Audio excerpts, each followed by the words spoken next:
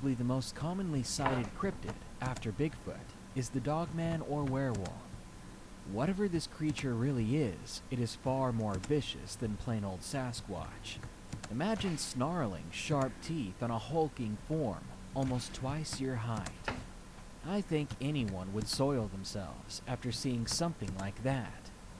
Luckily for us, some people have shared their stories, so we don't have to go out and risk our throats being torn out.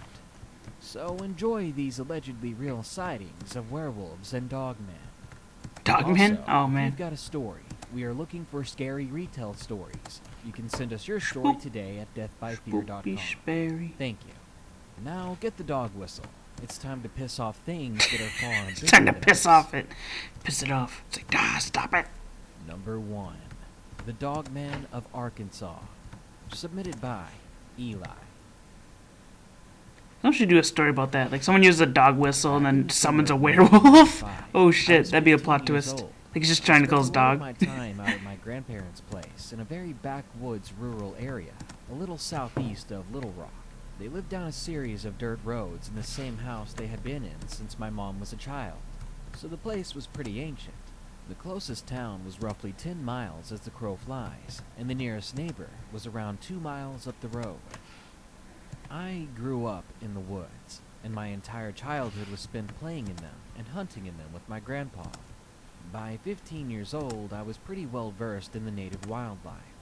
But this one evening in the summer of 1995, I saw something that would make me question everything I ever knew, and make me never want to return to the woods again. To begin, whenever I stayed with my grandparents, my grandfather had a very strict policy of being inside the house before nightfall.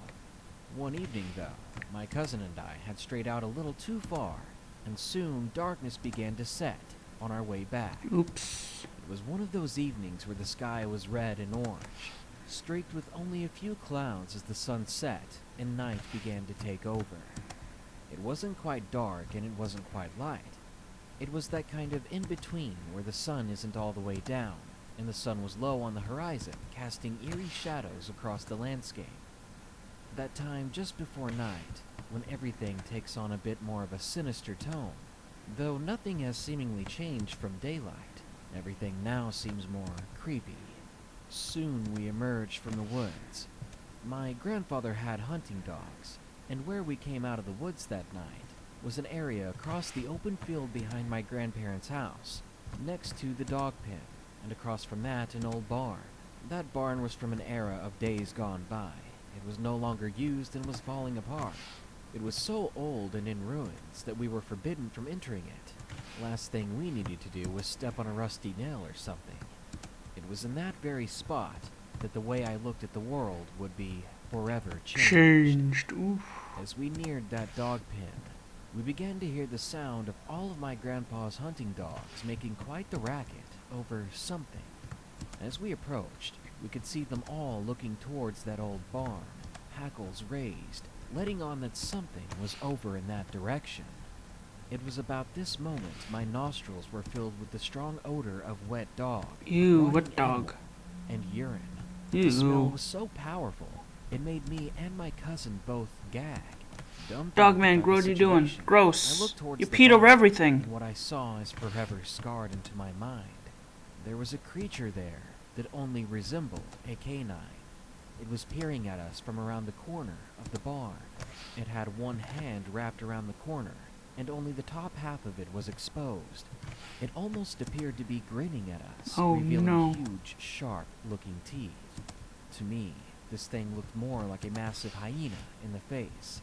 It had very pointed ears that set atop its head, and matted fur that kind of covered its head and chest, very thick, similar to that of a lion's mane. Then that fur thinned out towards the chest area. It stepped out the rest of the way from around the corner, and the thing was walking upright, Ooh. like a person, but it had the backwards jointed legs like a dog. Its hands resembled that of a human's, but reminded me of a raccoon's paws as well. It had claws, and its palms had what looked like the padding of a dog. Its arms stretched low, and it had some sort of a slumped-over posture. It looked like it was just as well at home walking on all fours as well as two legs. All in all, this creature was reddish-brown in color and stood at the very least 7.5 feet tall, and it was built like a stack of bricks. We stood there, too afraid, too intimidated and confused to move. At that point, we were in complete disbelief of what we were seeing. Then this thing, whatever it was, let out a growl so loud and deep, I could feel it reverberate in my bones. Ooh. I had a handgun with me, but I didn't feel like it would be anywhere near enough to stop this thing. Yeah, I'm If it sure. ever came at us. Because it's big. I know you're not supposed to run from a predator, especially not so suddenly, but in that moment, it's exactly what my cousin and I both did. Darn it, you I two. felt like we had no other choice. We ran like the wind, blazing a trail of fire behind us. We made for my Run, Bullseye, grandparents' run. house roughly 500 yards away. It was so far. This thing wanted us. We would be dead. I heard that thing crashing through the field behind us, but I didn't dare turn to look. We burst through the door of my grandparents' house, and in a yammering of hyperactive gibberish, both of us were screaming, trying to explain to my grandpa what we had just seen, while I couldn't stop wondering how the hell we had made it home. It took us a long time to calm down, and when we did, my grandpa set us down, and he told us the reason why we weren't allowed outside after dark. The two of us listened, wide-eyed and transfixed. He said that a long time ago, whatever that thing was had come up around the house. It was looking in through the windows and was creeping around their property every night. He said he's seen it on other occasions, and that some years ago it had also killed several cattle, Oh, and on one specific evening, it had even chased him back to his truck. shit. He said that the last thing it was friendly, and he was absolutely sure that it wasn't afraid of humans. Everything that I witnessed and learned that day has affected me. The dark and the forest and the night skies, they don't seem innocent anymore. I know what I saw, and so does my cousin. It wasn't some misidentified animal. It wasn't anything I've ever seen in my life before or since. This thing scared me so badly that I've never been back in those woods, and rarely do I venture into any woods under any circumstances, even if that experience did happen 22 years ago. People need to know that these things are real, that they're out there, and that they may not be friendly. Number 2. Werewolf Sighting, submitted by Anonymous. I live in the Netherlands in an outlying area. It's a place with big landscapes and farms. It was close to midnight, and I had to drive home. I was under 18, so I still used my bike. At the time, my parents weren't able to pick me up, so I just took a shortcut through the forest. I was reluctant to take that path, as it had always creeped me out. My mom said to never go there without my phone, because many accidents have happened along that path. So when I was going home, I got a really creepy vibe, and by that I mean it was creepier than usual.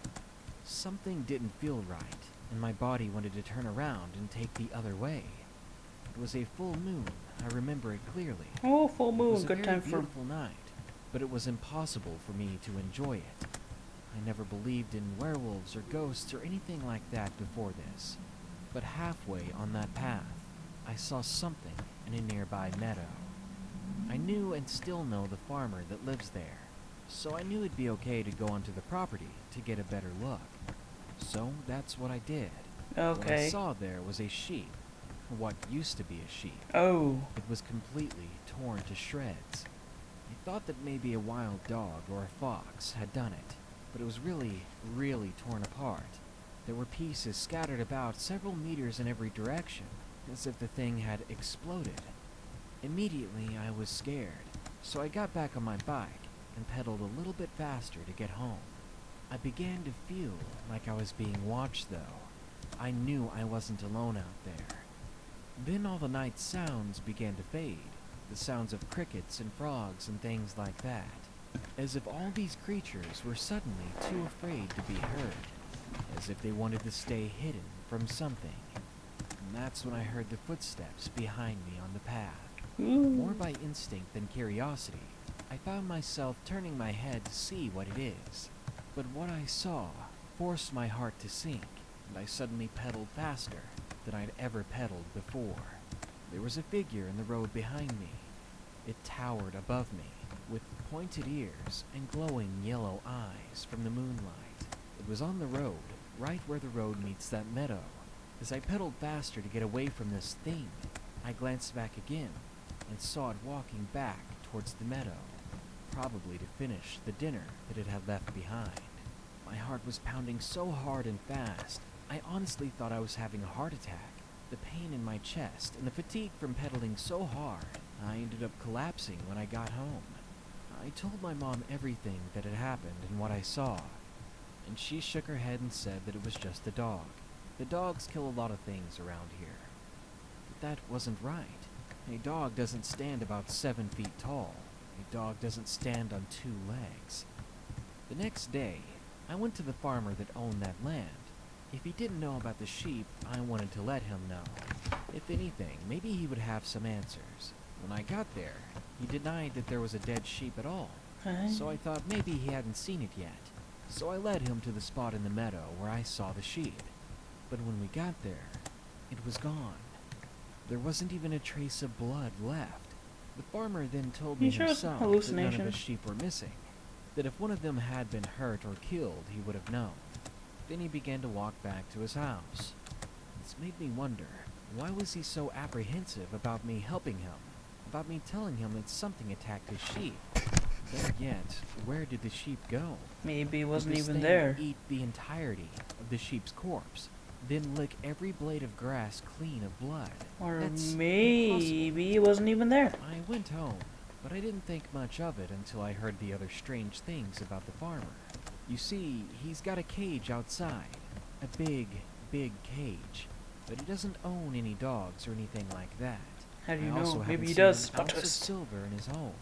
But what I have gotten a glance of were the chains dangling from the wall of his room. Okay, What that's were those creepy. chains for? After talking about this with other people, I began to realize just how many sightings we've had here. Sightings along that same path, around the farmer's home, of a large creature that walked on 2 legs. I don't want to sound crazy or superstitious, but there's definitely something creepy going on. How do you know there's not an ounce of silver in his home, though? Did you get into his home? Number I thought you were 3. friends. Werewolf in My Garage. Submitted by Natalie B. God, you're taking care of a werewolf. Plot twist. I live in a rural area, somewhere between suburbia and the open mountains near Denver, Colorado. And there's a lot of wildlife in that area. I've seen bears and coyotes, mountain lions, and the occasional foxes. So if there's a more rational explanation for this, I'd like to hear it. I'm still scared of what I saw, so something more realistic would definitely be comforting. It was a few years back. I couldn't have been older than 14. I was a rebellious techie. I was up late one night with my laptop. The time was just past 1 in the morning, and my caffeine supply was running low. Come So think of it, I need to naturally, make I some headed to the coffee. I'm garage getting to get a really soda. sleepy for some We reason have right a now. fridge in the I need some garage, caffeine through my and blood. that fridge is closer to me than the one in the kitchen. I headed for the garage, and I made it to the doorway, eager for my drink. And then I Starting opened not the off when I'm door. sitting up. That's not The good. light behind me in the hallway was on, but the garage was still very dark. Some light from behind me crept up into the garage, and it was reflected back by 2 suspended yellow orbs. They sat Ooh. at the height of my stomach. I stared at them, and nearly instantly realized that they were the eyes of something. I wasn't alone in the darkness of my garage. Is that a dog? Because only 4 feet in front To your of me, chest height, right? there was something that wasn't human. The eyes moved up, and the light from behind me began to reveal a good half of the creature's head. I only saw it for a moment, but as usual, with stories and experiences of something so traumatic, it seemed like an eternity. By the time I got a good look at the details of this creature, it had finished standing, and the eyes I saw before were now about 2.5 feet taller than me. It was definitely standing on hind legs. This creature had a... Behind that eye, there was a pointed ear turned towards me. However, what I remember most were the long, yellow fangs protruding from its mouth. They shone in the dim light, almost as brightly as its eyes. They were almost long enough to extend below the bottom jaw, and were about the thickness of pencils at the base. I was absolutely petrified, especially considering I was just some scrawny 14-year-old who had no way of defending themselves beyond being hard to digest. So instinctively, my I bones. slammed the door, and I half screamed, half howled in fear, before putting my back to the door and holding it back with all my might. Only a second later did I hear claws scraping the concrete behind me. So let me in, I human. dared not move. If I did, this thing could get in the house. Then not only me, but my whole family would be dead. Soon enough, Did you scream my for your dad parents? began rushing downstairs, followed by my tense dog and Mom! the rest of my confused family. Ma, help! When they found me, I was heaving and nearly sobbing. I collapsed to the floor, and I'm sure I was beyond hysterical and in tears.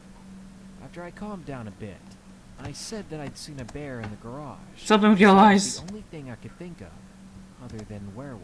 Yeah, I can something guarantee mythological. that the first word that came to mind when I saw this creature was werewolf. Because what dogs My smell. family isn't superstitious beyond religion and such, so they would probably suspect I was on drugs or something if I told them what I actually saw. Parents, why do you My think dad and drugs my dog first? made sure the creature was gone, while my mother and sister made sure I wasn't hurt. Luckily, I wasn't. I was just very, very scared. I slept with my sister that night. It could be a and bear, It took me a long time actually. still to finally fall asleep. After waking up and hoping it was a dream, I pulled myself out of bed and I started for the kitchen. Before I could reach the stairs, my dad stopped me. Yeah? He said to me, "Your friend from last night was a pretty big bear." I froze. It hadn't been a dream. Oh My shit. dad showed me the garage. It was more than just torn up. It had been completely destroyed. The floor was Oh. strewn with claw marks. The workshop area was hanging from the wall, and half of it was on the floor. Ooh. My dad made a point to show me what remained of the fridge. The soda cans had now become little more than shredded aluminum, and the beer bottles my dad was storing were now shattered. Ah. In particular, some of the cans had holes poked through them and were strewn across the entire garage. That The that fridge werewolf itself got was drunk. sideways, As and heck. the door of it had been ripped off and thrown the other direction. Rude. I could barely breathe, seeing such a sight. This creature had made short work of our garage. Imagine what it could have done to me if I hadn't closed the door in time. Ever since then, I've been terrified of going into the garage at night, and I've begun to believe in the supernatural. I always carry a military flashlight with me now, and I always make sure to have extra batteries. As a final word, be careful out there, especially at night. Number 4.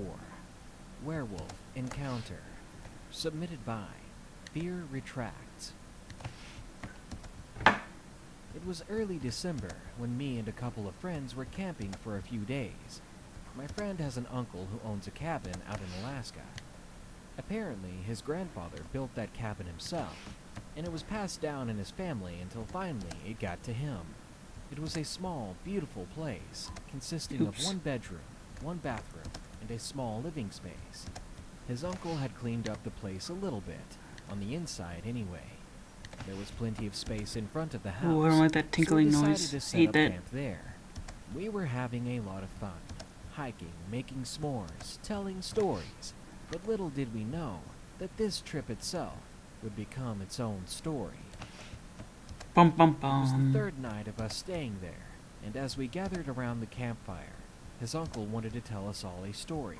He began with, "I want to tell you all a story about something that happened here." All of us got comfortable in our chairs and Ooh, were yeah. ready for a good story. He goes on to say that a young kid once got lost here, and he was accepted by a pack of wolves. And then He become a lived werewolf. like them and did everything they did. My uncle explained that he even liked one of the female wolves in the pack.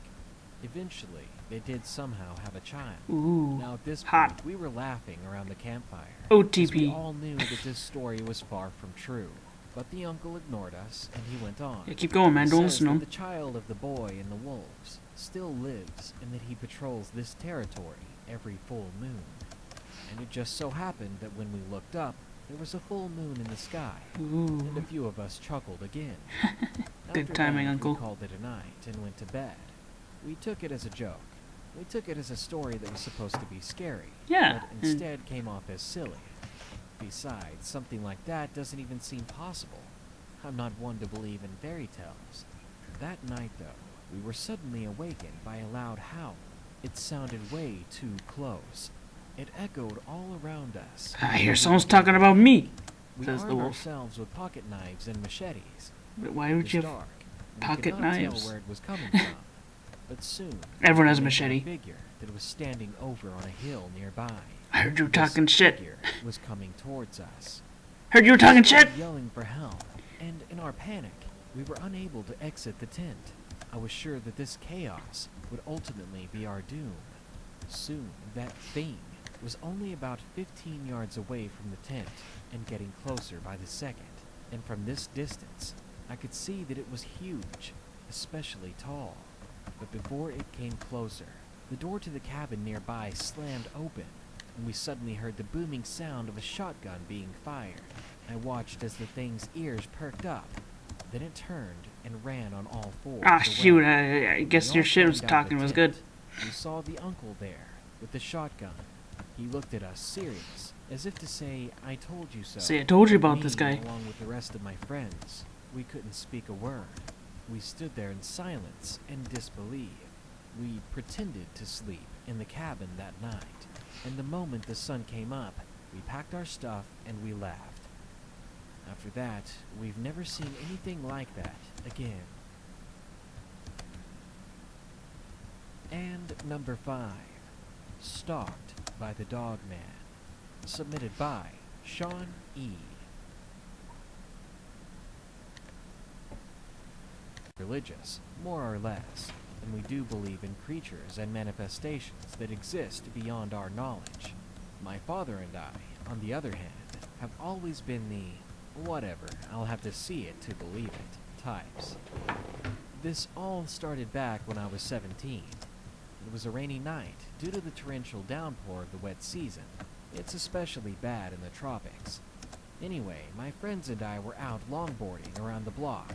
We had just left my house and were approaching one of our favorite hills. Due to the weather, visibility was rather poor, and we couldn't see 5 feet in front of us.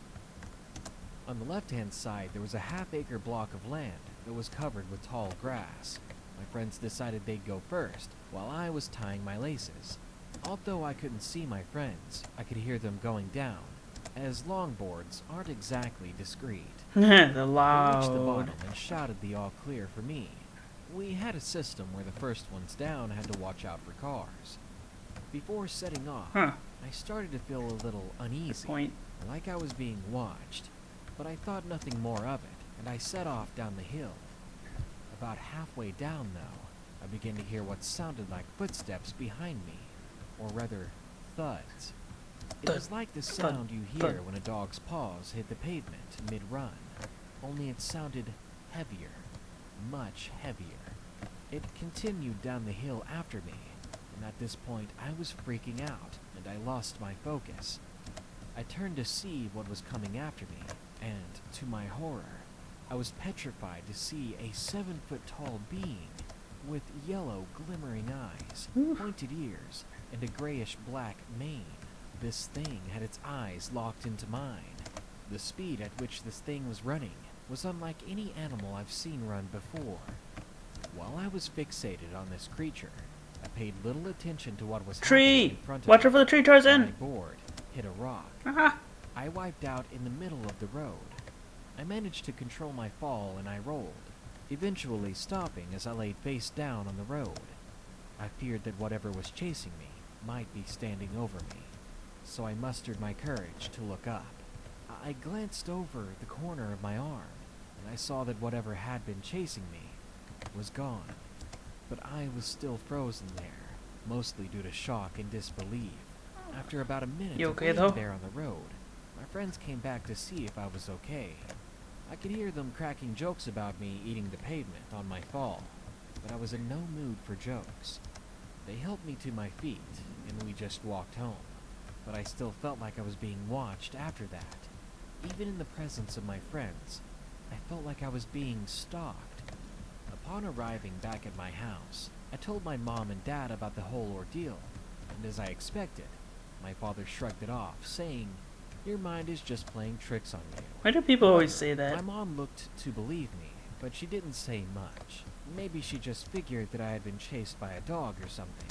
A really big The rest of dog. the night was pretty chill after that. I had a shower, cleaned up the grazes, and went to bed. But that was just the first encounter. The second encounter took place roughly a few days after the first.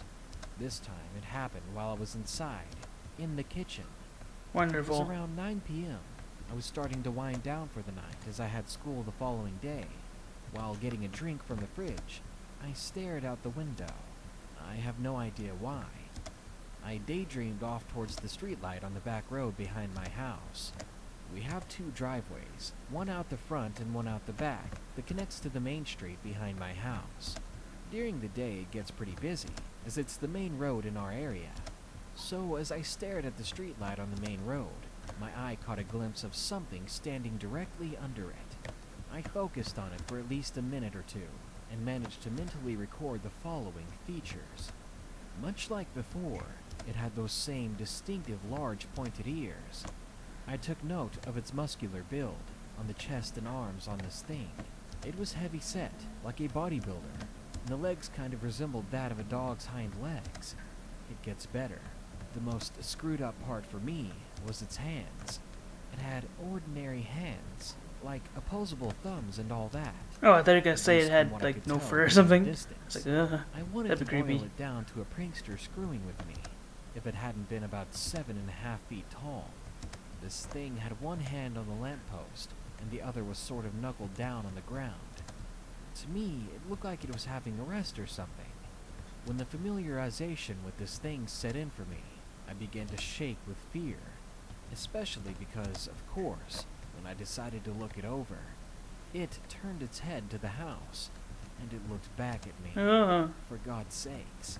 I noticed its ears had hunched up, and it seemed more alert now. Correct me if I'm wrong. Usually in dogs it indicates full attention. I came to my senses, and I ran to lock the door. In sheer panic, I called out for my sister and my mom to come over. Dad, I'm pretty sure, was at work at the time. They came rushing in as I was freaking frantic about the whole thing. I told them exactly what I saw, and as clearly as I could. But by the time we went out onto the balcony to look at the creature, it had vanished. At this point, I was pretty sure I was going crazy and starting to see things that weren't actually there. That was Schizophrenia. until the next two encounters I had in the weeks to follow. The third encounter was shorter than the others, but it was so freaking intense, it had me on edge for ages. It was the weekend, and my mom had decided to go into town with my sister. I decided to stay in for a night of gaming. I didn't mind being home alone. It started off as a pretty good night. I was going positive on Battlefield 4, so my mood was at a high. After about an hour of gaming, I began to hear a scratching noise outside my headset. I thought maybe my headset was playing up, so I took it off, and the scratching became very apparent. It seemed to be coming from the stairs right outside the window. Just for your information, my window is about 8 to 9 feet off the ground. The only way you can look through it is if you're actually on the balcony. Our house is on a slope, so it has stilts, which is basically where my room is. This is how I was able to estimate the height of this being. Nervously, I looked up at my window, and there I saw those eyes, and those same pointed ears just rising centimeters away from the windowsill. This scared the hell out of me, and I was frozen again at the realization that this thing was right outside my bedroom window. He was coming It for was you a bit. taunting me. It was probably drawn to the sound of me talking to my friends online or something. All I know is this thing seemed to enjoy tormenting me. I buried my face into my pillow, and I sat on the floor, listening. I I could hear it panting, much like a dog with subtle growling under its breath, and the stairs creaking under its weight. I shut my eyes, and after what seemed like a lifetime, the scratching finally stopped.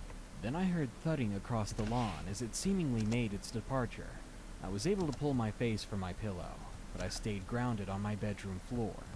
I didn't leave my room the whole night until my mom and sister came back at around 2 or 3 in the morning. My final and most recent encounter took place when my sister and I were driving on a secluded road, a road that led to the national park roughly 10 to 15 minutes down from my house. It was a nice afternoon. My sister and I are into photography. We thought it'd be a good idea to get some nice scenic shots out that way. However, this encounter didn't take place until we were on our way home. In fact, I'm not actually sure if this counts as an encounter, considering the possibility of misidentification. Well, we were heading back and just got into a windy section of road that takes us through the more dense parts in the bush. It's made up of tall trees, dense grassland, and shrubs. Not to mention it's also farmers' land, so it's pretty common to see a stray horse or cow across the road. As I was driving, I caught something moving amongst the grass out of the corner of my eye. It was something rather big, so I stopped the car and began to look at the area I thought I saw it move in. My sister, funnily enough, also saw something move, but to this day she still tells me she isn't sure entirely of what we saw. Out of extreme anxiety and the fact that she kept telling me to drive, we took off home and did not return for a while. It's been about a year since I've had these encounters.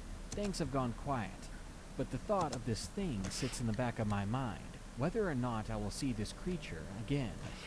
Actually, come to think of it, yesterday my mom told me that she had a strange feeling of being watched while she was checking on our chickens in the backyard. Supposedly, something was spooking them in the night, so she went down with a torch, which is something she does all the time.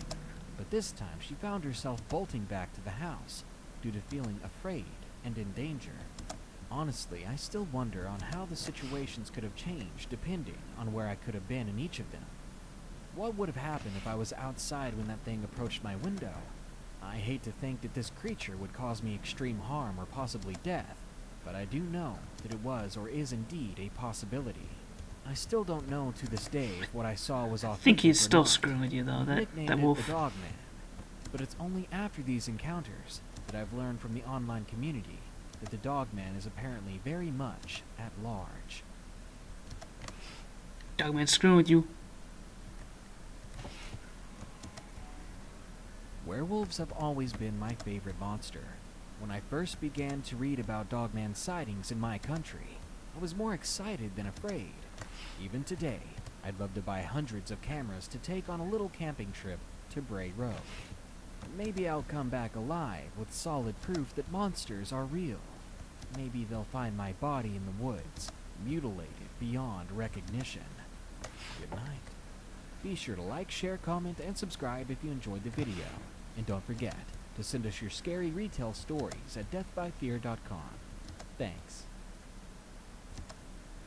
This video was sponsored by Verve. Take a break from thinking about those depressing wars being fought. At least for a moment, get back to enjoying yourself by watching your favorite shows. Verve.co/combo pack offers 8 of your favorite channels like Funimation, Crunchyroll, and Rooster Teeth. For only $9.99 a month, you could be watching Ruby, Attack on Titan, and Assassination Classroom for less than a third of the price, ad-free across all of your devices. And for you fear lovers out there like me, they even offer a horror channel called Shudder, featuring the newest scary movies and shows. So, if you like a good deal and you want to support this channel, go to verve.co/combo pack today. That's VRV. Thanks, Verve. Now, if you can't just ignore the wars and conflicts being fought around us, then you might enjoy these stories. Because tonight I've got some stories of war, stories with supernatural and unexplainable elements. War can literally be hell. Ghosts and ghouls walk among us. They come back from the grave, and they don't ignore our petty fighting amongst ourselves. So enjoy these allegedly true stories of war. And if you've got a story, I'm looking for werewolf, dogman, and other strange creature sightings. Send us your sightings at deathbyfear.com. Number 1. The Horrors of War. Submitted by Frederick C. Half a decade ago, I was deployed to Iraq. Back then, I wasn't a soldier because I particularly wanted to be. New way out. I wanted to be away from my parents, away from the people in my hometown. I didn't care about them, or so I thought at the time. I was foolish then. I would have embraced my loved ones and realized how stupid I was acting. Because being a soldier, even on a calm day, it was terrifying and stressful. Every week, insurgents, often young boys, would try to enter the base for various reasons. We were told not to approach or allow them inside the base, and those standing guard, they were ordered to fire on the ones with aggressive and suspicious behavior. I remember about 3 occasions in the early morning, when I had just barely woken up, when I'd hear this loud boom coming from outside. It was so loud it shook the barracks. Well, sometimes these kids wanted to sell their goods to the bored and desperate soldiers, but other times that boom was a child who had been strapped with explosives and forced to run at the base to suicide bomb any Americans outside the gates that they could. After the first time this happened, no one but the child was hurt, but the very thought of it gave me nightmares for the rest of my deployment. There was nothing left of those kids. How can someone blindly hate a group of people so much that they'd send their own children to die violent deaths just for the chance to kill someone? All day, all night, there were random shots being fired. We were constantly being shot at by civilians-made marksmen, by radical groups. They would always attempt to shoot us from afar with weapons that weren't built for that kind of shooting, even though they were just wasting their ammo. The fear was still there. The fear that a stray bullet would pierce the barracks and plow through my head while I was sleeping. That wasn't the worst thing, though. One day our squad was walking through a very peaceful part of a nearby village. The people in this place were not part of the radical groups and were very welcoming to us soldiers. They offered food and goods, and many of us thanked them for fighting back against the radicals.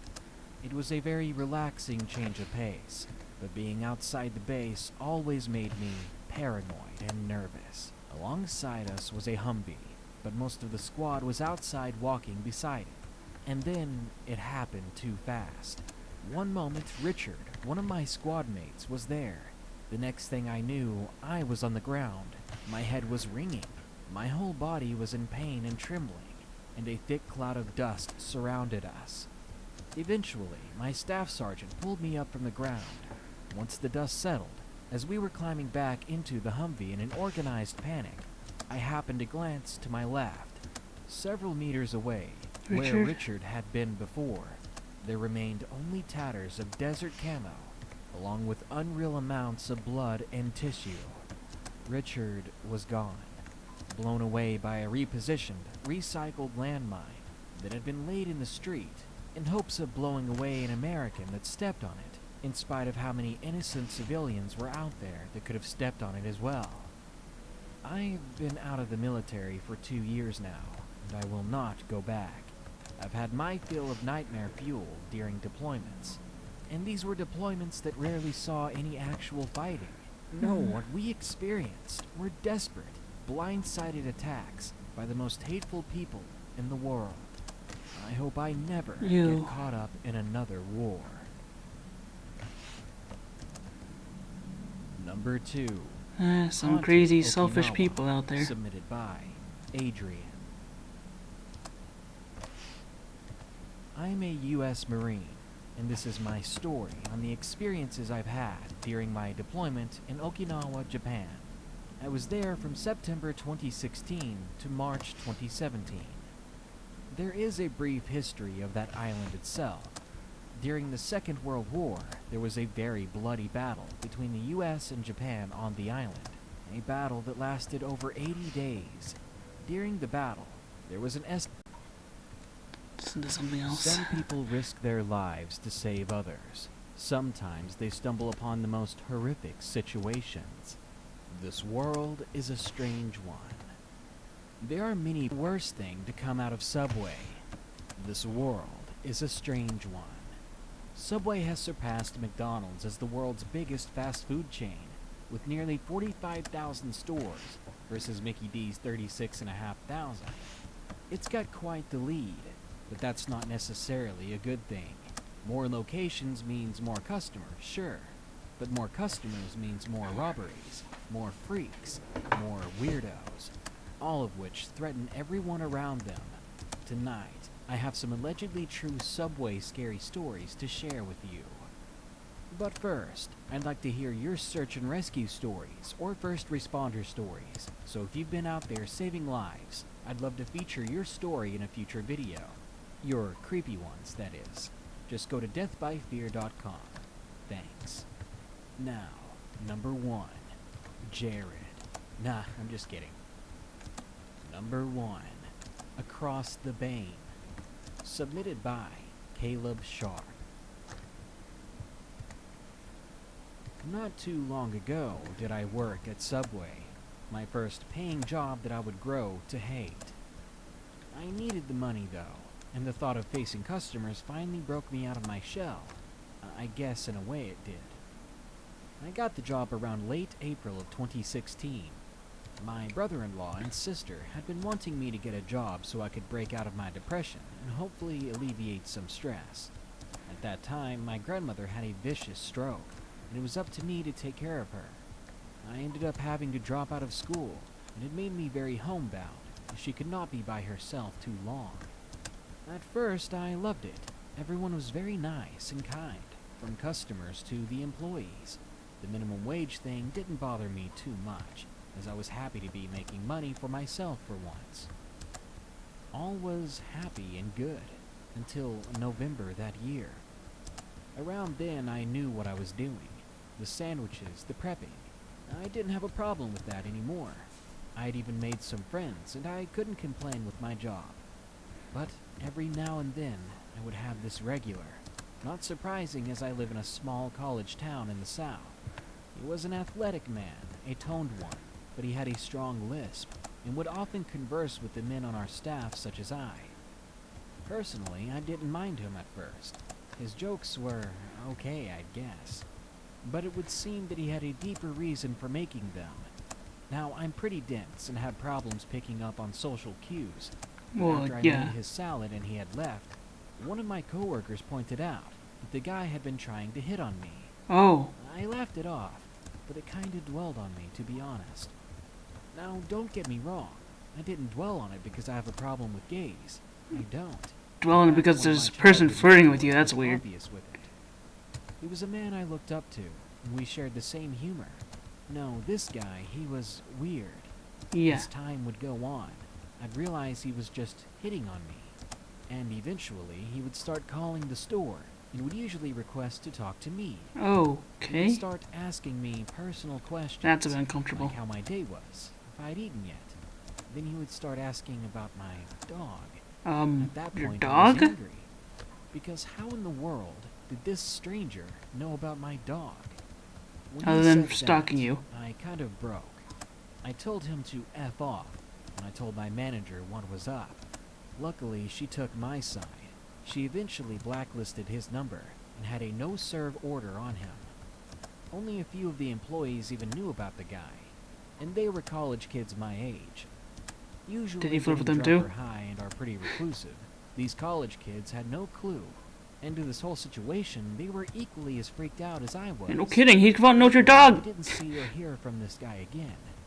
That is, until he really crossed the line. What did he do? Go to your house? One night, Steal your, I was kill your on the dog? closing shift.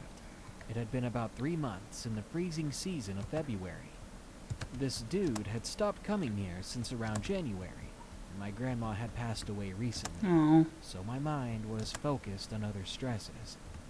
It was really late, and I had skipped my break during a rush and was told to enjoy a 30-minute one before we closed. I'm not one to argue about a break. I stepped out back for a cigarette, with my phone in hand. I'd been reading something my friend wrote for a minute, Yeah? when someone suddenly taps on my shoulder. Huh? I hadn't seen anyone out there. I thought I was alone. So when I felt that tapping, I Scared? jumped back and nearly crapped myself in the process. And when I saw who it was, I Worse? was far from relieved. It's the same guy. Wonderful. Standing there in some tracksuit. I called him out, telling him he's not supposed to be here. He laughed this condescending laugh for a second, then asked me about my nieces. Now I live with my brother and sister, and I'm a very active uncle in their lives. They often see me as their older brother at times. When he mentioned them, my blood began to boil. He then asked me simply to hand over my phone and wallet. I refused. And more so, I told him to remove himself from the premises before I did it for him. Just then, the guy reaches into his track pants Pulls out a gun. and pulls out a freaking crowbar. Oh, crowbar. Okay, What whatever. went through my mind Nope. at first Run, no, was to run. allow him to get the first hit, so I could hopefully dodge it or grab the weapon. What? But all in all, I wish he just wasn't there.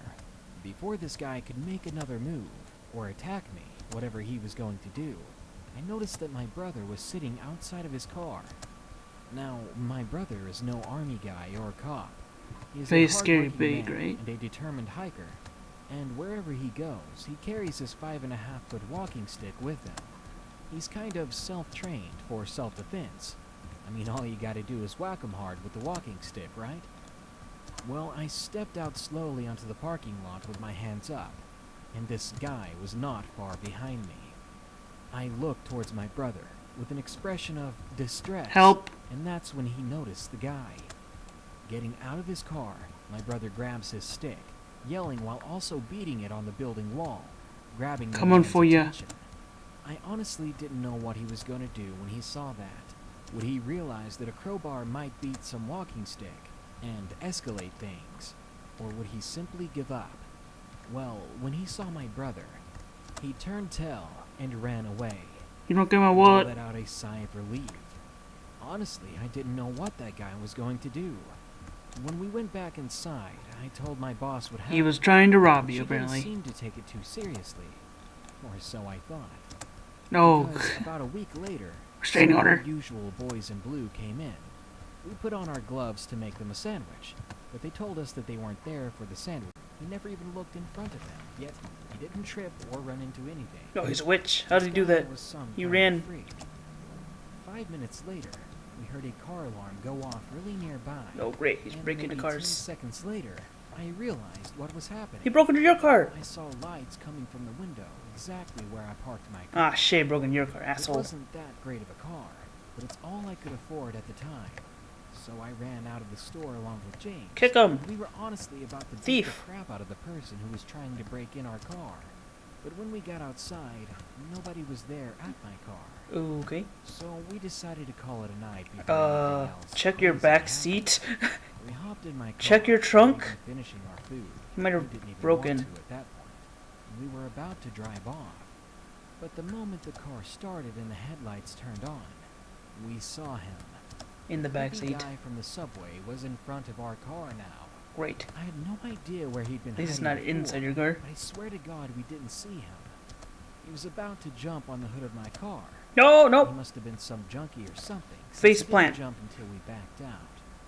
We sped off on the way to Nope. James's place until he said he didn't want to go home.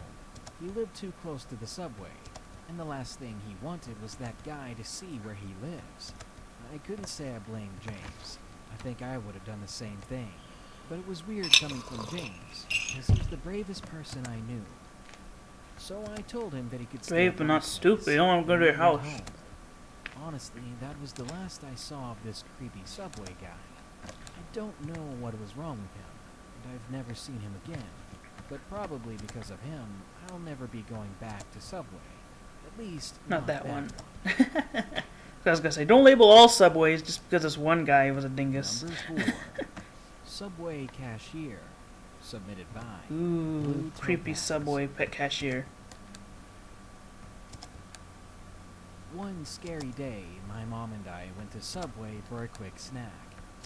When we reached our destination, we got out of the car and went inside. Inside, I sat at a table near the only window there. I'd always liked the window seats.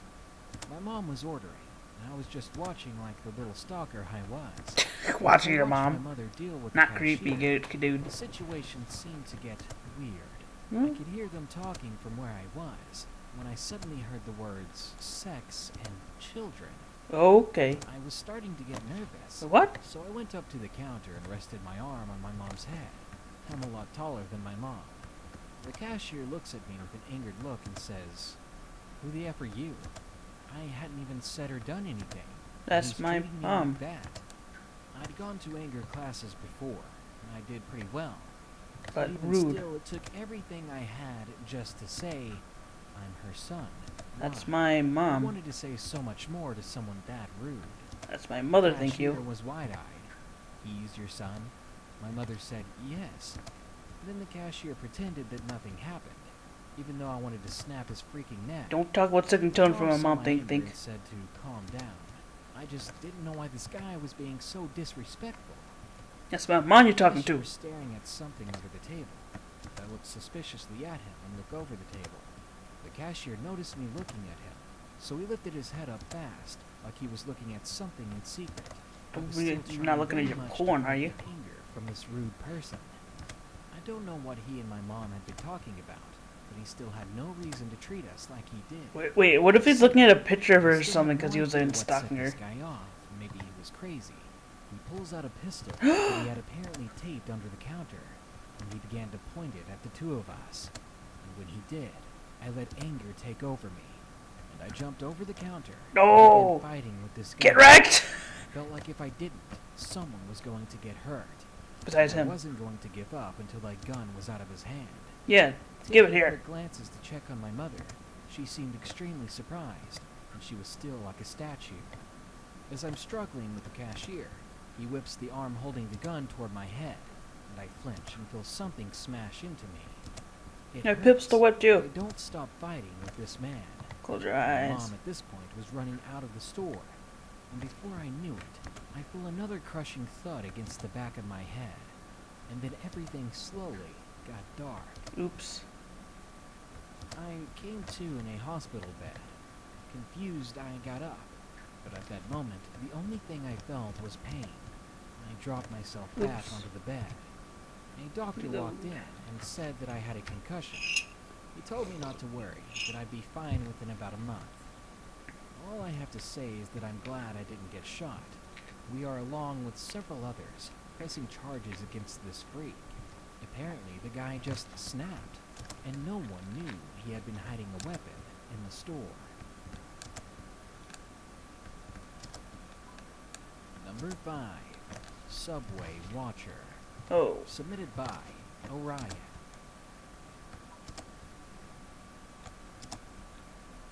I'm here to share with you a really strange story. This is not my own experience. It's my friend's story. Let's call him James. James has been working at a Subway for a year. He really hates his job, but it pays pretty good. Okay. Well, on February 11th of 2016, he almost quit. Because he was just having a regular day until this one customer comes in. It's a big guy, very rough looking. He welcomes the guy, saying that he'd be with him in a moment, because he had to finish up another order. Okay. Eventually, they get to his order, and James rings him up at the register. Once everything is done, he hands the guy his sandwich bag. But the guy doesn't move. He doesn't try to take the sandwich. Don't you want the He food? tries to get the man's attention. Maybe he just zoned out for a second. But the guy completely stops. He doesn't blink. He's just staring straight ahead into nothingness. James was wondering what happened, because it looked like the guy glitched, as if he was an android that stopped working. Yeah. James even clapped his hands in front of the man to see if he would blink, but he didn't. He didn't react to anything. Freaking out, James runs to his manager to see what needed to be done. Maybe this guy had a health condition. Maybe they needed to call an ambulance. For all James knew, he was having a strange seizure or something. Ooh, yeah, But as good he point. and the manager approach the front of the store, the man isn't there. Whoa. And the sandwich bag is still on the counter. Oh. The manager is annoyed, thinking that James made this up to freak him out. But James is serious, so he talks the manager into showing him the tapes to prove his point about how weird this guy was. They go together since the store was closed. Oh. Check the security footage. Alright. And get this, the guy never shows up on the tapes. James was dumbfounded when he saw it, because there was James making the sandwich for no one. Now, my friend may be a stoner every other weekend. Okay, But creepy. he's definitely never been known to hallucinate. He still doesn't know what happened that day. Oh, maybe that really was your imagination. That's why he glitched and froze. Creepy noise. By all means, I'm not saying Subway is a bad place. Where would I be without their meatball subs? Probably less fat. But we all know what happens when too many risky people gather into one place. There's bound to be those people whose brains just don't tick right.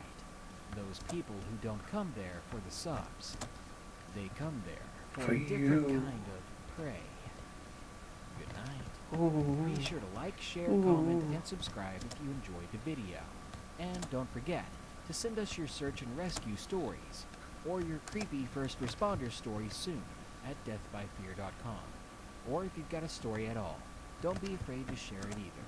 All creepy stories are welcome. Thank you.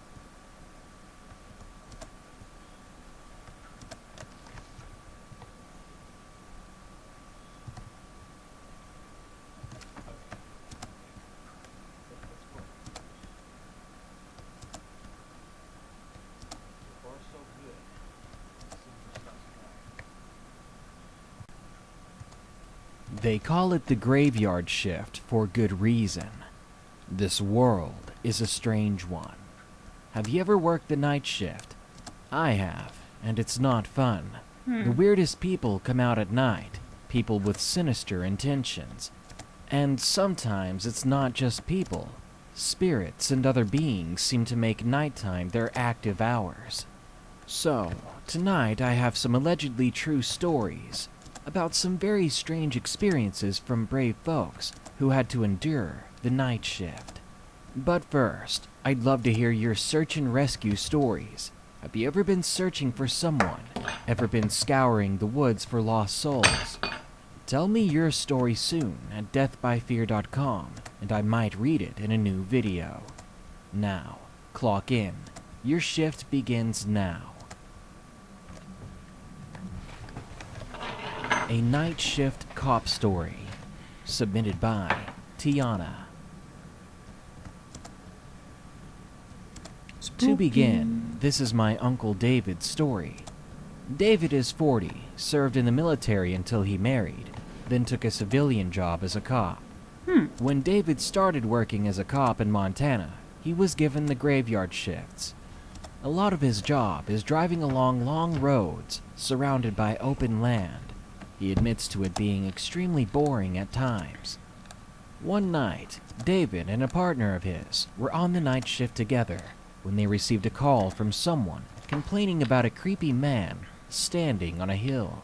It was the middle of winter, and with such a low crime rate, my uncle figured it was just a homeless man trying to find shelter from the snow. Yeah. So in the middle of the night, in the freezing cold, my uncle and his partner went out to find the homeless man and offer him some help. Oh, that's nice of you. The location was on a back road. As such, there were no streetlights, but the moonlight reflecting on the white snow made it easier to see. After several minutes of driving, they both finally spot the man. He was tall, standing on a small hill. They couldn't see any details of him. All they could really see from the car was a dark outline of the man. David decided to walk up to the man on the hill, but his partner decided to stay in the car. David yelled to the man, but the man on the hill did not move. The man never even turned around, never acknowledging David's presence. David called for his partner to come up and help. Then the mood changed, because the man was now moving towards them. Oh, okay. David had never even seen him turn. David called out to the man, asking for his name, mostly to lighten the mood, but there was no answer, and the man was still walking towards him, She was getting still coming for you. closer by the second. There was no sir? real reason to be afraid, but for some reason, David felt this tension. They still couldn't see the man's face. He was just a black figure before them. Things steadily felt worse to David. The strange man was now only a couple of feet away, and he was completely blacked out, which was almost impossible, because at this distance, they should have been able to see the man's clothes and his face. but he was completely shadowed. My uncle, knowing that this is his job, he couldn't just leave. He closed the gap between them, with his partner following behind. They approached the man, trying to end this weird situation, when suddenly, the black mass of a man before them faded away, like dust in a breeze. David noticed that there were no footprints in the snow in front of him. The snow was smooth and unscathed. Even weirder yet, there were no footprints behind him, as if David had never walked up here, but instead just appeared. Whoa. None of this made any sense, Creepy. so both the cops ran back to the car for safety. To this day, my uncle does not know what happened. He doesn't know what they saw that night. He says if it was an illusion, it was the most convincing and vivid one he's ever seen. But how did you just appear there, After the though? experience, That's snow, David you know? began to ask questions. He needed to know. He needed answers about this event. And soon David found out some disturbing information. Apparently, most of his co-workers have spotted this blacked-out man. Yeah. They say that he's always there on the hill, but no one knows why. No one knows who or what he is. But one thing is certain. David wasn't the first to see this blacked-out man, and he won't be the last. Ooh. I thought you were going to say he harmed someone, but I guess not, huh? That's good. He's Number just 2. there. I'll just Night leave him alone Shift then. Creature. Submitted by M. This experience happened to my boyfriend. His name is Adrian. Adrian works night shift at a gas station down the road from where we live. He goes in at around 11 p.m. and he won't get home until 6 in the morning. But one night something happened. The night started out as any normal night. I was laid up on the couch watching TV while our daughter slept on my chest. He kissed us goodnight and then left for work. I usually wake up around 3 or 4 in the morning to pee and check my phone, so I did just that. Too much information. But when I woke up, I saw that I had a long text from him. Ooh, Immediately, I got worried. I was What did it assuming say? the worst. Maybe he had gotten fired or robbed or was in serious trouble. Okay, read the Of text, all though. the thoughts that raced through my head, I was not expecting to read what I read. Adrian wrote this text as it follows. I don't want to be here. I don't think I can work here much longer. I was outside smoking a cigarette and I heard something coming from behind me. Well, you know that little river behind the gas station? That's where the noise was coming from. So I walked down to the little gully and seen what I thought was a child sitting at the edge of the creek. Nope. I asked him if he was okay, seeing it was so late and he was by himself. Yeah, The where's your moment parents, he kid? heard my voice, this thing turned around and looked at me. Huh? The thing I thought was a child. I wasn't expecting to see It's a kappa. yellow eyes. It's a It let kappa. out a disturbing sound, like a scream and cry. Oh, she But made it to be the sounded ring like kid. 2 rusted metal pieces were being rubbed together. This thing nope. began to climb the river bank, coming up at me. No. I didn't know what to do, and I did not react fast enough. No. But luckily, the thing just passed me. It ran out onto Oh, the that's parking lot creepier. and was soon lit up by the parking lot light. And then I was sure that this was not a child. Whatever it was about 3 or 4 feet tall, and its Oh. gray skin glistened, like plastic or something wet. Oh. I'm in the manager's office, and I've had the door locked for a while. Feel free to pick me up when you wake up, because there's no way I want to stay here any longer than I have to. All When I right. read this text, the story gave me chills. Are you gonna help him? It was dark in the room, and I soon found myself turning on all the lights in the house. I've never seen or known Adrian to be that scared. So of course, as soon as I could, I grabbed Pick the him baby up, and I left please. to pick up Adrian. The whole ride there, though, I was so creeped out. The shadows along the sides of the road seemed to dance around me, Become and the chills I got monster. from reading his story never left. What scares me the most about this is that his job is really close to where we live, and I'm just hoping that whatever it was that he saw doesn't come back. Or isn't, interested in people. I don't think it was, because it just ran Number past him. 3, Midnight Spirits, submitted by Carol B. It's probably some creature that, doesn't like people being around or something. I never would have expected witnessing this. But I did, and I wish I hadn't. When I lived in Minnesota, I would Yeah? pick up my boyfriend Jacob from his job. I never really liked his job because he would be out extremely late Ooh. and would end up sleeping all the time. He was a night shift worker at a local grocery store. So one night, I came to pick Jacob up from work. I sat and waited in my car for about an hour before Jacob finally called me. He said he had an extra shift tonight, and he would be another hour. I was frustrated and tired, but I decided to wait, because Okay. altogether the drive home and back is about a half hour, so doing so would just be a waste of time. So I sat in the coldness of my car for about 20 minutes, before I really had to use the bathroom. Oh. The nighttime was too much of a mystery to me, so I liked to stay indoors.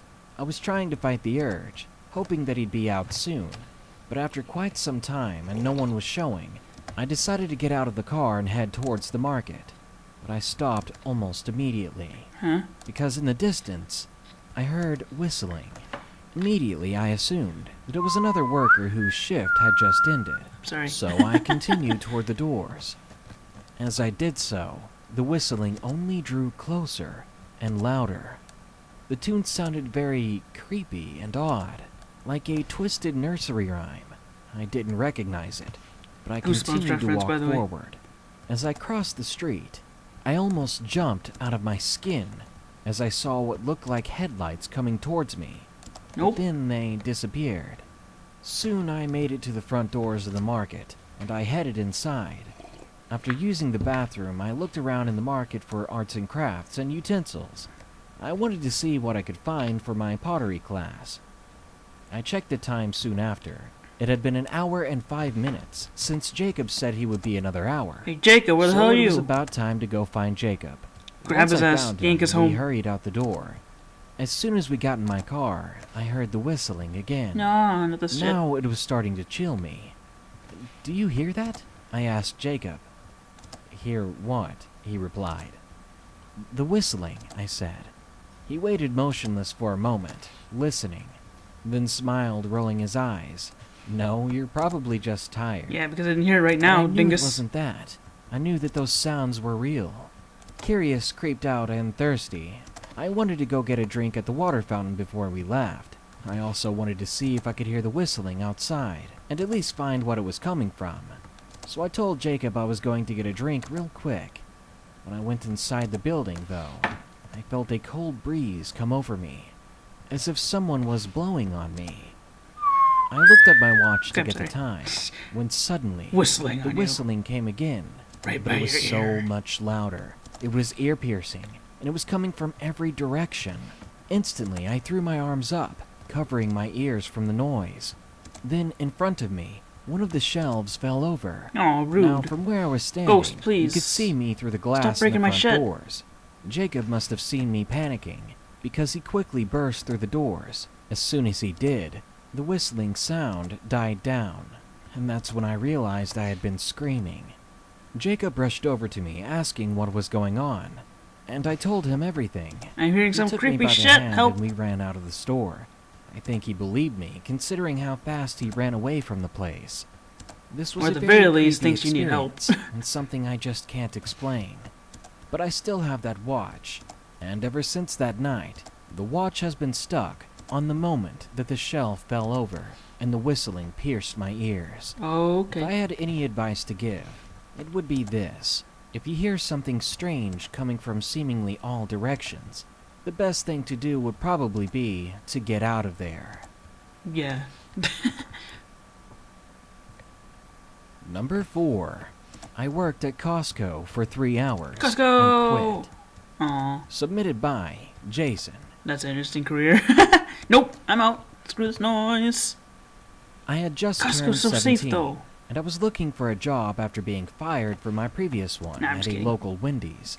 It Aw, had been a Wendy's. week, and only one place, I'd applied to 4 altogether, had accepted me. It was a graveyard Costco, where you're shift at surrounded by Costco. people. With the knowledge that they paid good money, I took the job and started my first night. I remember getting there at 11:48 p.m. The head of the Oh, night nice. shift explained my duties, and Thanks, that one man. of the duties would be to walk around the store every hour to check the entrances and make sure that no one is there. As there were no security guards, I had to be the eyes and ears of the place. Oh, He well. said to make sure no one was trying to break in, that there was no one staying steal after your hours, food. or no homeless people trying to stay the night. Then I'd go back to stalking. We did have a security room, and I was allowed entrance into it to check the cameras, which was kind of interesting. About 45 minutes into the shift, as my first look around got closer, I decided to check the cameras. Sipping on a Coca-Cola, I looked at the cameras in the security room. The clocks on them said 12:47. It was only a few minutes until I had to go and check around. When the time came, I got up and walked around to the frozen food section. The freezers gave off this eerie buzzing sound. Yeah, because that's And honestly, I fluorescent didn't light want to be noises. around those freezers for too long. As I walked around the place, I Spooky. noticed that a lot of the hanging lights were dim, and some were going on and off. I couldn't help but think that the people that owned this place and ran it were cheap. All that bad lighting did was creep me out even more. Spooky. This was going to be a long night, I thought. At around 1:30 in the morning, while playing on my phone, I noticed some movement near the restrooms, which was just outside the little security room that I was currently in. Restrooms? It looked like the door was closing. Ooh, I stepped okay. out of the office, and I called out into the dark hall with my flashlight. Hello? There was no response. I called out again, certain that someone was still there. I very obviously just watched the door close on its own, so someone had to be there, right? Or wind. I finally walked over to the door and tried pushing it open myself, but the thing wouldn't budge. I kicked at it even. and Ghost still wants some nothing. privacy, dude. I stood there looking at the door, and finally walked back nervously to the security office. Nope. If someone was there locking themselves in, I would just wait for them while watching the cameras. I don't remember much of the respect. next hour because I ended up falling asleep in the security office. Oh. Stalking was done and I was just checking the cameras. Honestly, it was kind of boring. I forced myself to stay awake the hour after that. Well, I guess there's and no watched cameras the in the cameras more and bathroom more or this anything. time, That's probably because good. I noticed more movement near the frozen food. I shot up from my seat and walked over to the frozen food aisle. Clearly just want But some this food. time, I heard something more than the faint buzzing of the freezers. I heard the sound of Crunching. things hitting the floor in the aisle next to me. They want to eat. Instantly, I turned towards it, Homeless and man? under the dim light, I saw a tall figure. But the Hungry. sight of it scared me so much that I couldn't utter a word. You see, the figure was 7 feet tall. Oh, shit. And I'd never seen someone that tall in real life. I stood there, quiet, Someone's only watching 6 its feet, long yeah. arms grasp onto the frozen Long foods, arms. pulling no and dragging thanks. some of it onto the floor. Hey, And then suddenly, it turned in my direction, shit. facing me. I didn't Shit. need any more convincing Nope. to run, because I turned tail, trying to find my way to the exit. There was no way I was going to stay here. But as I ran away, I began to go over things in my head. This could have just been some tall guy. Maybe he With was long, homeless. scary Maybe he arms. was harmless. I was letting everything get to me, so I began to slow down my run. Dude, just keep But as going. I did, I heard it. The most awful screaming sound filled my eardrums, and then I heard running all around me. One moment it'd be to my left, and the next it'd be 2 aisles to my right. I began to think, who was this? What did they want? I Food? stood still, They're not hungry. knowing where to go. Took a bathroom as the break. loud screaming slowly turned into laughter. Okay, At now this they're just point, screwing I with felt you like now, my asshole. only option was to make it to the exit. I didn't know if this guy was crazy, or if he was dangerous, or both. So I ran to the front of the store, hearing those footsteps behind me the whole way, and that cackling filled the air. As soon as I made it to the entrance, I ran through the doors, and only after I reached my car did I look behind me. Out of breath, I saw that the store still stood silent, as if nothing had happened, but it took me a moment to see the silhouette just beyond the glass of the front doors. That tall figure was now leaning against the front door, pushing Looking at himself you. against the glass. Oh, shit. And then I saw the sharp object in his left hand. Ah! I locked myself inside my car and began to drive home. Nope. I called the police to at least inform them that someone was in the store. Someone armed and possibly dangerous. It has a But knife! I never went back to Costco. Yeah, screw I that never place. even talked to the police, even though I probably should have. I was 17. I was creeped out. all alone in a big, dark store, only to be trapped in there with some psycho. Or I whatever think the I'd hell have to that be thing crazy was. to keep working there. So, be it Wendy's or McDonald's or anything like that, it all sounds better than working at Costco at this point. At that Costco anyway, right? Number 5. The Where is this Hanging Costco Woman. by the... Oh no. What, Submitted no, by no, no, no. That Jack. sounds creepy as hell. Ah! Jack! Jack! I would say that that Jill? I'm a skeptic when it comes to the paranormal. Generally, I tend to have a well-grounded sense of reality, and I can find a logical explanation for most odd situations. I work as a paramedic Oops. in a relatively large and densely populated county, and I've seen a few strange things, but this story takes the cake. It was late one night into a 24-hour shift, working in the southern and most rural part of my 24-hour county, shift, man. when suddenly our tones sounded for a possible suicide. What? Immediately, we hit the door, jumped in our rig, and pulled out of the station like a bat out of hell. The comments updated en route, stating that we were responding to a victim that hung themselves. Now, hangings always give me the creeps. It's the tension so thick, you could cut it with a knife. I mean, you'd be dealing with grieving family members, as well as the unnatural manner of death, a death that was supposed to be the end of unbearable pain and torment that some people experience. So, all in all, I wasn't looking forward to this. The boyfriend of the victim had received a call from her, approximately 10 minutes before we arrived, stating that the subject had no pulse or respiratory effort. We began CPR as fire and police arrived. We soon got a return of pulses on scene, and we transported her to the hospital. Afterwards, we made it back to the station, where I restocked the rig, completed my report, and I tried to get some sleep. It was about 2:30 in the morning when I was woke up to a general unnerving feeling, almost like when you wake up from a nightmare. She But I phone couldn't you. remember any nightmare that I'd had. Rude hoe. My partner was fast asleep, so I went outside to get some well-needed air. Now, this particular EMS station neighbors the volunteer fire station. We basically share the same parking lot, and around the stations is a field and forest. I remember that night how radiant the moonlight was, shining through the clouds above, and the gentle blow of the cool autumn wind, and the rustling of the trees and leaves. I was pacing the parking lot and praying with my rosary in my hands, saying a prayer for that young girl. It was exactly nice what I of you. needed. It was peaceful and soothing out, and the prayer made me feel relaxed. But it was that very peace that had made me off my guard. Okay. I remember hearing the loud slam of the heavy metal back door hitting the brick wall of the fire station, Oh. not 10 yards from me. Oh. This fire station is strictly volunteer, and all the firefighters had gone home. So there were no cars in the lot other than mine and my partner's, and even if someone were in the parking lot with me, they would have had to have a key to get into the station. And it would be impossible to not see them, since the lot was well illuminated, but there was no one there, no trace of anyone being around. I stood frozen and scared to my spot, for what seemed like hours looking at this door that had just magically swung open. When I finally snapped out of my stupor, I drew my flashlight, and I went to investigate. I went inside and searched the small station top to bottom, with no sign that anyone was home.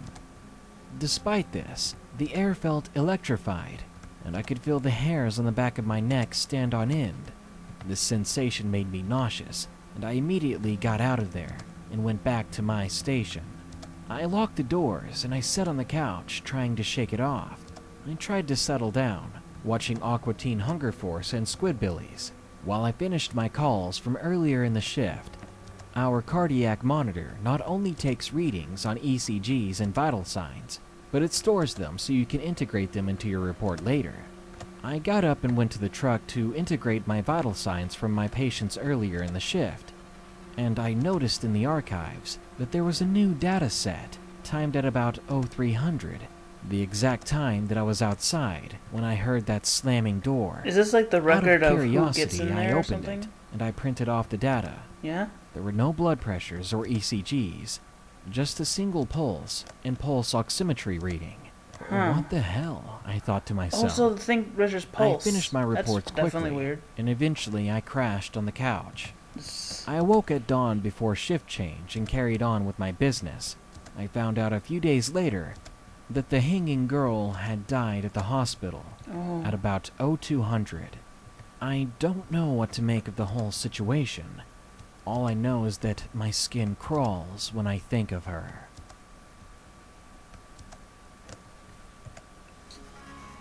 Most businesses close before nightfall, but some places are open 24/7 to maximize profits. Some places require guards to protect their merchandise overnight. Costco. For those brave few who have to keep watch during the night hours, don't keep your back turned for too long, because what wasn't there only a second ago could be breathing down your neck this very moment. Good night. That'd be funny if someone listened Be to this sure one to like, night shift share, or something. comment, and subscribe if you enjoyed the video. It's like, oh. And don't forget to send me your search and rescue story soon at deathbyfear.com, or go to deathbyfear.com to read other people's stories. Thank you. What's You next? can't handle the footlong. Taco Bell, no. So yesterday I asked give you me a guys second. to send me. There are dangerous things online. Things that will change your life forever. This world is a strange one. They say that we don't see most of the actual internet. That the websites pulled like up an by search iceberg. engines don't have access to something called the dark web. It's an online underworld, only accessible if you use an anonymous browser. Like Tor, Exploring apparently. this disturbing place without a VPN or virtual private network, you're not just risking legal troubles, you're risking your life. So I'm going to share There's with a you game about some that, by the haunting, way. dark web scary stories. About having to make Stories sure not to that get will make tracked or something. 4chan seem family friendly. But first, have you ever had a creepy experience at Subway? I'd love to hear your story and maybe put it in a future video. Go to deathbyfear.com to share your story with me and the world. Also, stay tuned this Friday at 5 p.m. Central for a live stream. Now, let's dive into the dark web and see who or what finds us first. Yeah. Through tracking software, of course. And sees you on their webcam. Number Spoop, 1. Spoop, spoop. My deep web experience. Yeah. Submitted by 10 letters. 10 letters. Ooh, that's creepy. I like it. I'm a 17-year-old guy living in South Germany, in Hessen to be exact. I live in a pretty loud neighborhood with a lot of crazy stuff going on. Yeah. I don't care if you believe me or not, but I know what I experienced. One day at school, my friend, let's call him Jack, Jack. told me about the deep web. Back Jack, then, don't I tell had me about this stuff, absolutely Jack. no idea what it was. Jack He o' said you lantern. can order weed and buy illegal stuff on it. Oh God, Jack, I thought no. that was the only thing that could be found on the deep web. But I couldn't have been more wrong. There's also some really creepy So stuff my from friend images I've invited me seen. over to his place so we could check it out. But considering my parents wouldn't be home that day, Like I said really we should go creepy to my stuff. place instead. No. So we did. After school, we met at my house. You have the right software for this? He told me the instructions on how to use the deep web, and I followed him closely. Do you have the correct We downloaded things? the Tor browser and some free but bad VPN. VPN? When we had everything together, or so we thought, we used this search engine we found on some random wiki called Ice Rocket, Ice and Rocket? off we went. Our journey began with us looking at some weed on sale and some guns. We were exploring a lot. Don't get guns. This was stuff I'd never seen before, buy guns so from a I was shop, highly something good. curious. Just But we get from a didn't gun buy shop. anything, Like, though. normal person. We clicked over to some random site, but it was completely blank. That is until the pop-ups began to show up. Oh no, There were viruses. links leading to other random sites. Don't click So like them. an online game of Russian roulette. Don't do We it. simply clicked one. Darn it. The site was named something like Child Experiments. Oh Just no. the title alone gave Not me that chills. website. I told my friend we should probably stop, Yeah. or at the very least leave that site, because it just didn't sound good. Sounds like that But stupid he ignored me. His curiosity was getting the better of him. He experimentation began to site. scroll down. Ew. And that's when we saw the pictures. Ooh. Pictures of children. Mutilated children. I was disgusted. More than I'd ever been in my life. I was so disturbed at that point that I told my friend that he should just go home immediately. Alright, I'm going to But the he store. I still just can't. sat there, not acknowledging a word I said. Nope.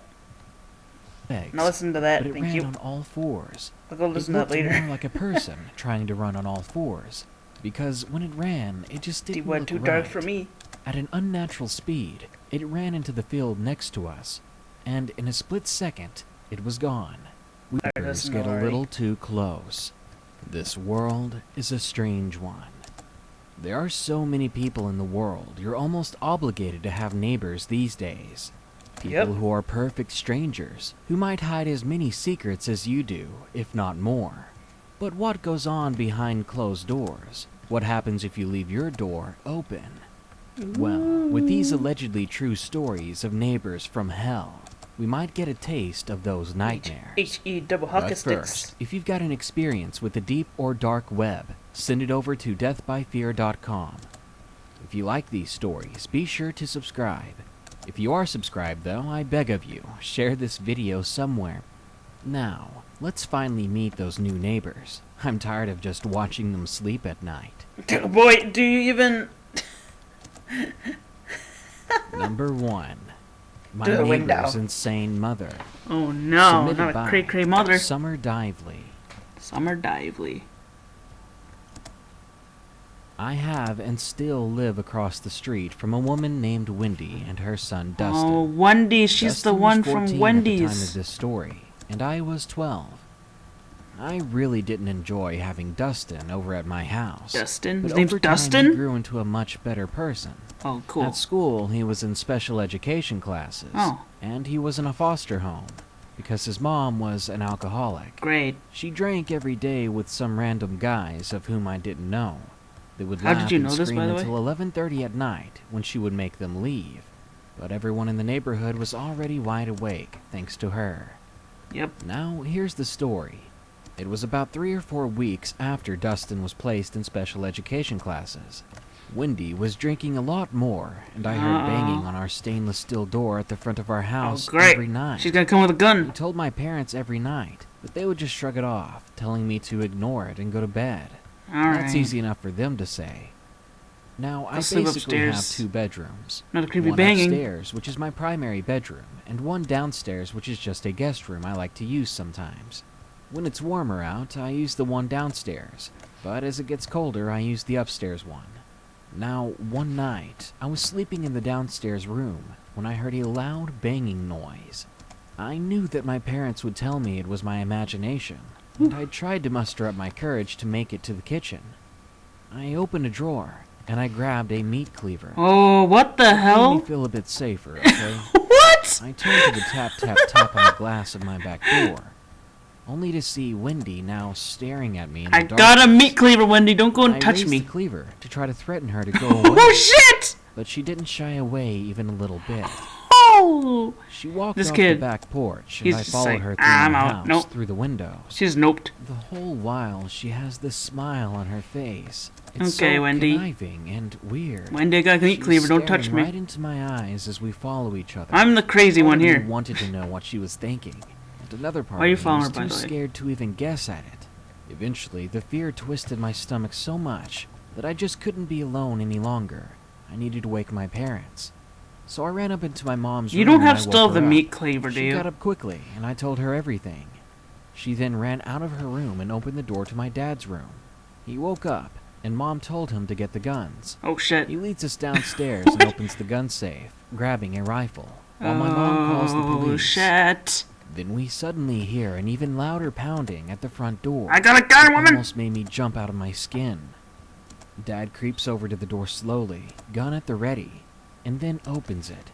I stay behind him, watching the whole time, gripping my meat cleaver. Not sure Oh my if God, I'd he ever still be able to has it. use it if the time came. He still When has the it! door is open, it slowly reveals that same weird and eerie smile got a on goddamn Wendy's gun, woman. face. And even though my dad is right in front of her with the gun pointed at her, she's still staring at me. Okay, The door's creepy. completely open. Before we say anything, She's like, you're crazy we as see me. that Wendy has a massive knife in her hand. Oh, One of meat those knife! big cutting knives. Knife She then fight. grins a bit wider, She's like, then fight me, stumbles son. off the porch and goes back Fight to me in her real life. apartment. My dad looks back at my mother and me with this look of bewilderment and Well, confusion. yeah, I agree. Soon the police arrive and I tell them everything. They march over to Wendy's apartment and bang on her door, identifying themselves as police to no avail. Police! They came back to tell us that they couldn't get into her apartment, No warrant, not without right? her permission, Or a without a warrant. warrant. Yeah. This scared me. I Great, still great. live next to this insane woman who tried to break in and probably kill us. And also It was pains staring me at you to with a... imagine She what had could have a good happened time with if that we meat forgot to cleaver. lock the front door. I think she I'm wanted... the She was only like, one downstairs, "You're like me, aren't right by you?" the front door. It's like, while "I my got one parents too." were upstairs. So, if she could have gotten in, what was she going to do with that knife? Probably mutilate you. Or maybe she's just trying to be creepy, who knows? Number 2. My hidden neighbors. Hidden? Submitted Hidden? by Sid. You have an abandoned house or something? When I was 9, I lived in a suburban area before I moved with my mom, dad, and older brother into a new house. That house I lived in was old, and the neighborhoods and schools around it were not the cleanest or best, Ew. since the area was not very wealthy at all, resulting in dirty and unfriendly people that lived there. But there still were a few friendly and respectful people that just could not afford to live in a nicer area. Aw. Or they were just the typical older crowd that preferred their smaller houses. Also, this story took place when I was 7 or 8, so I might not be too clear on specific details, since this happened about 7 years ago. Now let's get on with the story. My parents originally moved into what I refer to as the old house with my brother when he was 2. My mom was pregnant with me, and they were in desperate need of a house since they were temporarily renting a townhouse. They did buy a house, the old house, since it was the nicest and cheapest one available in that time frame. The people living there were very nice until people started moving out, and a harsher crowd began to move in. Oh no. I still remember one house near the end of the court I lived on. It was sold to a huge family, or multiple families, that shared the same house.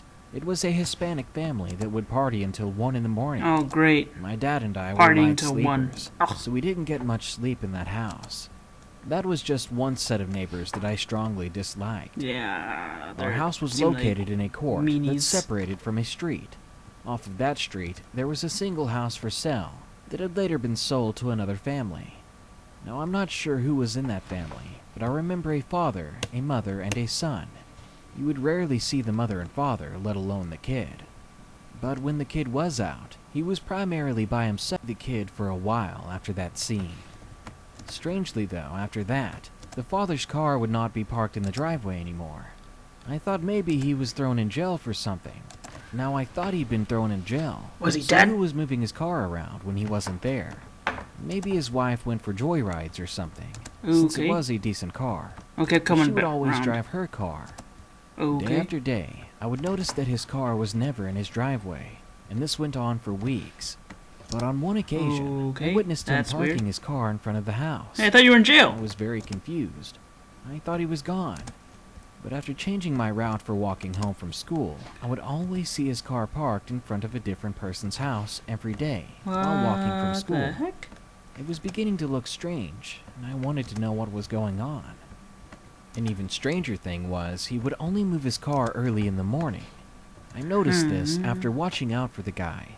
This whole experience never creeped me out, After a while, but I'd he start acted walking. like he was purposely dodging the cops. I began to assume that this guy was potentially a criminal, avoiding bail or a prison sentence for a reason I didn't know. Yeah. But if I were to guess for what reason it was, I would say that he had family issues since he was always fighting with his wife. Honestly, maybe they were not even married based on the amount they would fight. One day, though, I saw his car get towed away. Oh. Then the wife moved out of the house. I never saw any member of that family again. Well, not in real life.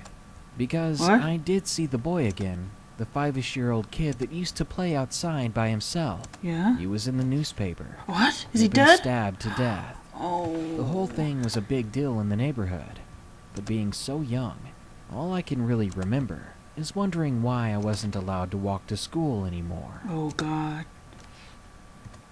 Not allowed to walk to school Number anymore. 3. What does that mean? Neighbor. Submitted by Was he killed outside of Anonymous. school? I was about 7 at the time. I had moved into a new house, a farm. There were a few houses around the area, but one of my neighbors just gave me the chills. One day I was playing soccer with my cousin until they had to go home. After that, for a while, I was just kicking the ball around alone. At one point, I looked over to my neighbor's house. He was sitting out on a lawn chair and smoking. I said hello, then walked inside. Now at the time, I was home alone. Soon after going inside, I heard a small knock on the front door, but I wasn't allowed to answer the door to anyone, so I just continued to play with my toys. The knocking began to grow louder and louder every minute. I got really annoyed, so I went upstairs to my bedroom. But as I was walking upstairs, I began to hear something other than the knocking. It sounded like deep and hard carving into wood, as if someone was raking a knife up against the front door. Okay. I started to freak out, and so like an idiot, I stayed near the door waiting for the knocking. Rather than be afraid and run away, I wanted to know what was happening.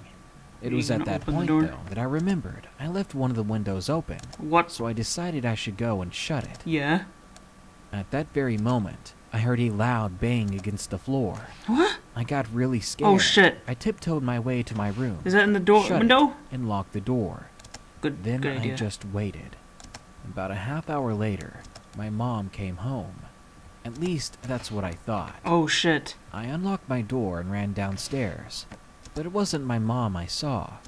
It was a very old man standing in the hallway. Ah shit, go back It was up and my hide. neighbor, the guy who had been smoking on his front lawn before. Still go back He upstairs. smiled down at me without saying a word, What are you doing in my house? brandishing what looked like a Bowie knife. Nope. Then he began to walk towards me. Nope. I was so terrified at this point that I couldn't move. Go back around. When he was only a foot Lock away your from door! me, I closed my eyes, awaiting my fate. But he just walked past me, roughing up my hair with his hand as he did. Oh. Then he walked over to my mom's room.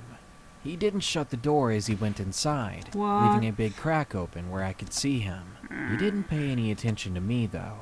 He just began to open up my mom's drawers and began to sniff the clothing inside. Okay. Still unable to move, Creepy. I just watched as this freak began to smell all of my mom's underwear. He even put one of the pairs in his pocket, then walked right past me, then exited my home. Well, he didn't kill you, there's that. I was glad that he didn't do anything with that big knife he had, Word. and I told Master my mom what Rabbit. happened. I'm not sure if she completely believed me.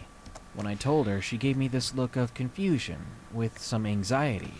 Could you imagine your kid telling you this story? No. Luckily for everyone that lived there, we moved not too long after this incident. And I just hope that whoever moves into that house next keeps a really watchful eye on their neighbor. Cause he might come and sniff your panties. Number 4. Your everyday neighborhood stalker. Yep. Submitted Normal. by Jenny S. Jenny. A while back, when my family still lived in Norway, I had a friend named Hedvig. I'm still friends Hedwig. with her to this day. Ginny and We Hedwig. don't talk as much as we used to, due to the long distance. Like every 8-year-old kid, we would meet at the neighborhood hotspot and play. As time goes on, somebody's birthday is sure to come up. And it was my birthday, 11/27. Happy birthday to But of you. course, my party wouldn't be on the 27th. I can't recall if it was the 26th or the 28th. My parents were What going year to was drive it? me and 3 of my friends to Sweden, where we'd stay at a resort for a few days. Sweet. I lived in the suburbs of Oslo, by the way. That's the capital of Norway. Oh, I nice. invited a few of my friends and we left. It's nice to live in the Nothing capital. important to the story happened at the resort. Okay. When we got back from our trip, Fun my times. parents were walking around our house nervously. Not even an hour after we got back. Was the door left They said unlocked? everything was fine. Was the They were closet just open? looking for something. Although this was true, a few objects such as the kitchen chair had been moved into different parts of the house. Whoa, how'd you It was remember really that odd, after and vacation? I wasn't sure what was That's going good. on. My parents didn't tell me anything, so I ignored it and just went on with my life. Until one morning I woke up to my dad yelling. He was Uh-oh. screaming "get out" to someone downstairs. Oh, someone's in I the slowly basement. got out of bed and walked No towards the thanks. top of the stairs to get a view of the situation. Looking down to see what was happening, I saw a tall man.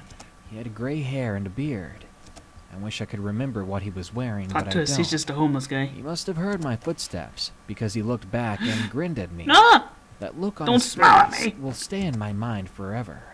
He then ran out of the house, Ah! leaving my dad to look exasperated and panicky. Does he break in And often? One day after this, Hedvig and I met at the neighborhood hotspot, as we usually did. Then she told me a story about a strange man that had entered her house the What? night before. Ew! It was the exact same thing that had happened to me. Being a couple of curious 8-year-olds, we decided we would investigate. Oh, And kids, instantly please. we both thought of the same suspect. We began to walk down the street to the creepiest house on the block. Wonderful. You know, that one house that looks sketchy. There's always one in every neighborhood. Great. Everything that goes wrong, you assume it happens there, right? No. Well, we were approaching I don't this have that creepy and house. there was a man sitting near the window. The moment he saw us coming closer, he quickly closed his curtains and rushed to the door. I'm assuming he was looking through the peephole,